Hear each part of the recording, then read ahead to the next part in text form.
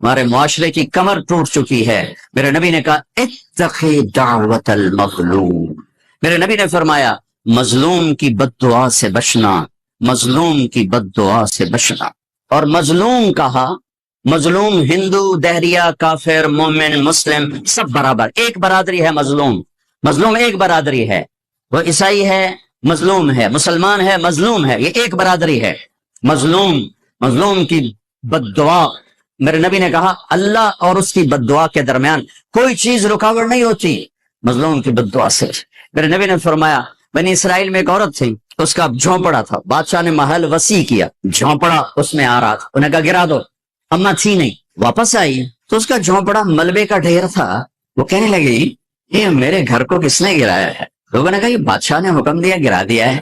تو اس نے ملبے کے ڈھیر پر یوں کہا میرے رب میں تو موجود نہیں تھی، تو موجود تھا، میں تو موجود نہیں تھی، تو موجود تھا. بس ایک بول.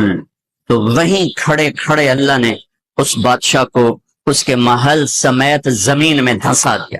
ایک دھماکے کے ساتھ زمین پھٹی اور بادشاہ اپنے لشکر سمیت محل سمیت زمین کا نوالا بن گیا. یہ اللہ ہے. اور میرے نبی نے فرمایا تھا وارتفعت الاصوات فی المساجد، مسجدیں بھڑک اٹھیں گی اور کیا ہوگا وظہرت القینات والمعازف، موسیقی کی محفلیں قائم کی جائیں گی، گانا بجانا تہذیب بنے گا. ولبس الحریر، مرد ریشم پہنیں گے. وشربت الخمور، اور شراب پی جائے گی، شراب کی محفلیں سجائی جائیں گی. ولان آخر هذه الامت اولها، اور آج کے لوگ پہلے لوگوں کو بے وقوف کہیں گے، جاہل کہیں گے، ان پڑھ کہیں گے کہ جب میری امت یہ کام کرے گی فَلْيَرْتَقِبُوا عِنْدَ ذَلِكَ رِيحًا حَمْرَا، پھر موسم کے تیور بدل جائیں. زمین بھی تیور بدل رہی ہے، فلک بھی آنکھیں دکھا رہا ہے. پھر ہوائیں پاگل ہو جائیں گی، بجلیاں کڑکنے لگیں گی، بے موسم کی بارشیں، فصلات کیا انسان بھی بہا کے لے جائیں گے.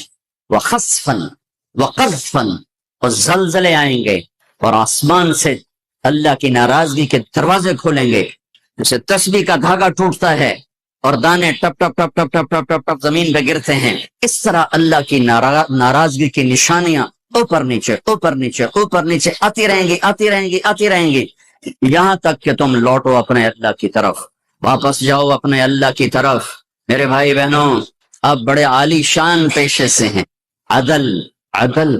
ووضع المیزان، پہلے اللہ نے کہا میرا عدل دیکھو. ووضع المیزان، پہلے میرا عدل دیکھو. اس کائنات کو اتنے عدل کے ساتھ چلا رہا ہوں کہ 1 ملی میٹر کی گنجائش کوئی نہیں دائیں بائیں ہونے کی، اور 1 سیکنڈ کی گنجائش کوئی نہیں آگے پیچھے ہونے کی.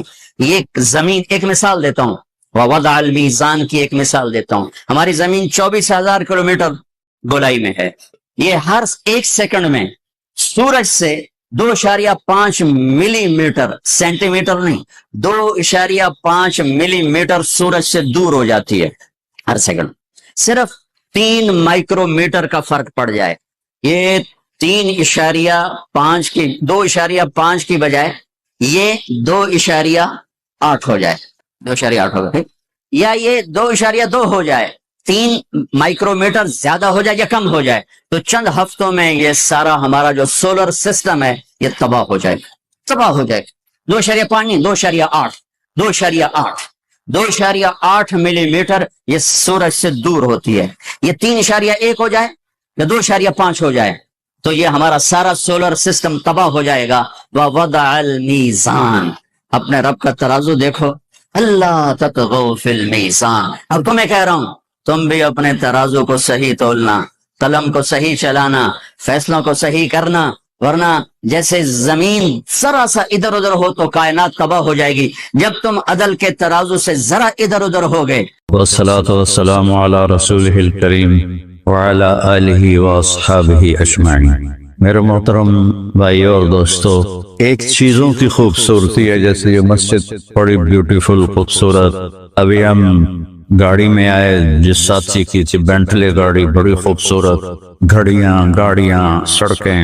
لیکن ایک خوبصورتی لائف کی ہوتی ہے کہ لائف بیوٹیفل ہو، لائف اندر ہوتی ہے. وہ بینٹلی میں نہیں ہوتی، وہ رولز رائس میں نہیں ہوتی، وہ بڑے گھروں میں نہیں ہوتی، بڑے کاروباروں میں نہیں ہوتی۔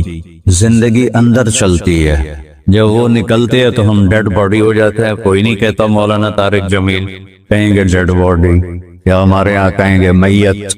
زندگی کیسے خوبصورت ہو، زندگی پیسے سے نہیں ہوتی، شکلوں سے نہیں ہوتی، کسی دنیا کی چیز سے لائف کی بیوٹی کا کوئی تعلق ہے۔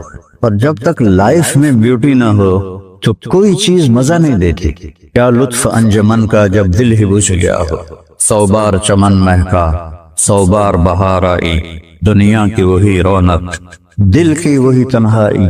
تو زندگی کو خوبصورت بنانے کے لیے اللہ نے ایک آیت ہمیں سنائی، ایک آیت، لقد کان لکم فی رسول اللہ اسوۃ حسنہ۔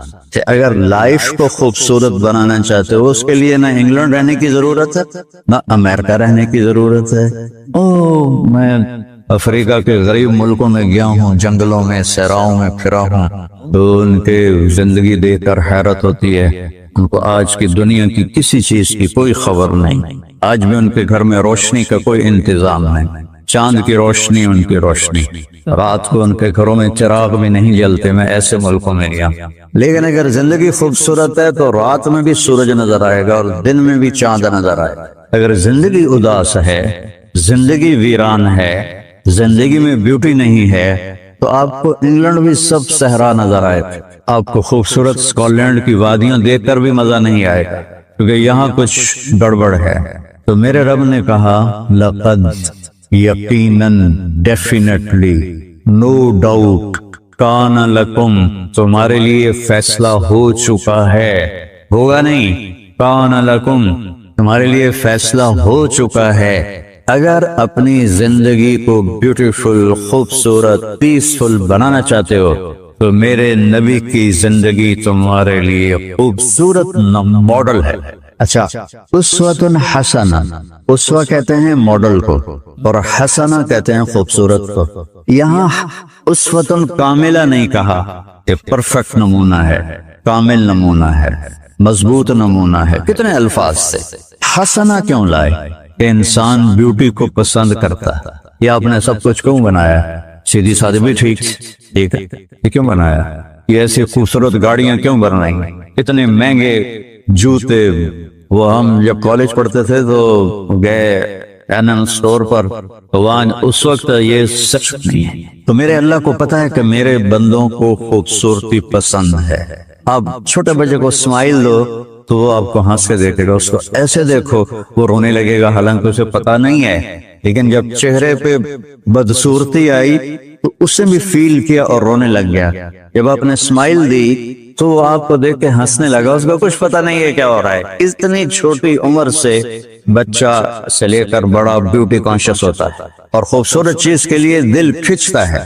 آپ کو تو 14ویں کا چاند نظر نہیں آتا، تو ہمارے ہاں تو 14ویں کا چاند نکلا ہوتا ہے تو میں چارپائی ڈلوا کے اور گھنٹوں اس کو دیکھتا رہتا، مجھے اس کا مزہ آتا رہتا۔ تو اللہ تعالیٰ فرما رہا ہے اگر زندگی کو خوبصورت بنانا ہے تو صرف میرے نبی کی زندگی ہے، اسوہ ماڈل۔